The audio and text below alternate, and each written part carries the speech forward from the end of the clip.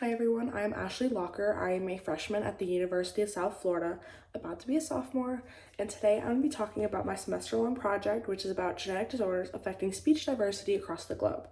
Specifically talking about how genetic disorders can cause speech disorders and how they are handled differently across the globe due to socioeconomic status and other stuff like that. So to start off, I'm going to talk about briefly the three genes I'm primarily focusing on in my research, which is the FOXP2 gene, Down syndrome, and Fragile X syndrome. And if you want to know a little bit more about those, more in depth than I'm about to say right now, on my website, I do have 3 videos that explain the syndromes just a little bit more in depth if you want to go look more into that. But to start off, I'm going to be talking about Fragile X syndrome. Fragile X syndrome is due to a mutated FMR1 gene, which is found on the mother's X chromosome. It can only be passed down by the mother. It will not be passed down by the father. And this syndrome leads to patients presenting severe behavioral alterations, hyperactivity, impulsivity, anxiety, and poor language and speech development, and it can also cause seizures. Fragile X syndrome is a trinucleotide repeat disorder which ends up silencing other genes. And it's caused by the absence of FMRP, which is also known as synaptic functional regulator FMR1. And then next I have Down syndrome, which is the genetic condition of having an extra copy of chromosome 21. This often causing an imbalance of regulatory function that genes exert on protein synthesis, which causes a loss of harmony in the development and function of cells, often leading to slower cognitive and language development in patients with Down syndrome. And then finally, I have FOXP2. FOXP2 gene causes a speech and language disorder. It is part of a newly identified subfamily of FOX transcription factors, and speech disorders due to these FOX genes is typically found to mutations in the FOXP2 gene, where arginine and histidine substitution was found. So now I'm going to talk about how they are treated differently across the globe. So to start off, in the United States, based on a study from the Journal of Speech and Language and Hearing Research, we have found that they are starting to do intensive voice treatment, which is 16 individual 1-hour sessions, where the sessions were delivered on 4 consecutive days on Down syndrome patients. And it's 4 consecutive weeks, which was also followed up with homework at home. For the first 30 minutes of treatment, they maximized sustained vowels and maximum frequency range. And then they also did 10 functional phrases. And for the last 30 minutes, they worked on progressing their speech hierarchy, such as single word productions and to conversational speech. When they were doing this intensive therapy, they have found that they were actually having meaningful results from the patients that they were testing on. And if you go on their website, which I have linked in my resources at the footer, you will be able to go through, and they have tons and tons of graphs showing how much better their speech is after, since they've worked so intensively on it.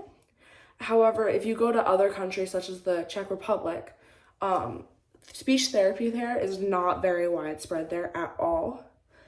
And many speech disorders, such as the FOXP2 genetic conditions, where you're supposed to be going normal speech therapy and physical exercises, they have, but it's not as widespread, and they often commonly rely on help from abroad to be able to treat their patients. So they're not getting the same amount of help as they would be getting if they were in the United States, as they just simply do not have that kind of care there. And I could not find anything where you have intensive care in the Czech Republic, and I could not find many other countries, like third world countries, that had speech therapy care. It was pretty empty on my research. So it's furthermore showing that there's not much intensive care and different kinds of care to be able to help people with genetic or disorders come over their speech disorders from their disorder. So how can changing the way we handle the speech disorders from genetic disorders help Tampa, specifically how the way we can change it to more intensive care help Tampa, and then also how we can help spread that across the world to help it make it more even across the world. on the type of care that we are giving our patients.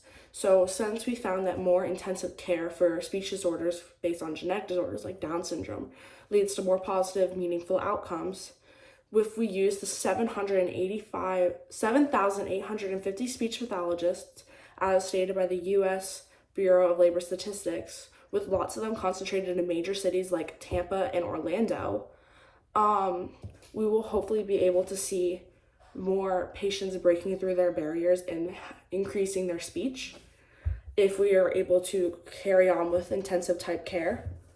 And specifically in Tampa, there are so many different kinds of speech pathology teams, such as in the USF Swallowing Center, in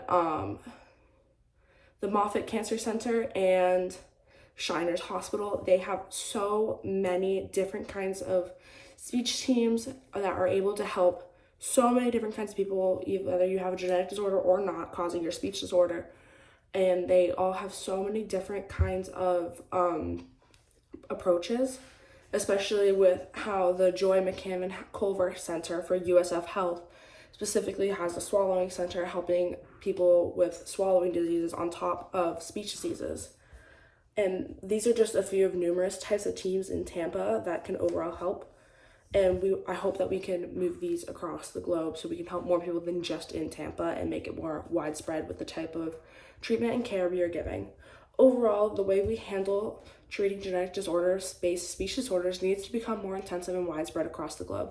Some countries, like the Czech Republic, need to be able to treat patients with the same kind or similar care without having to go abroad. The more research and more work done on helping patients with genetic disorder-based speech disorders, the more meaningful outcomes we can produce and the more we can help people.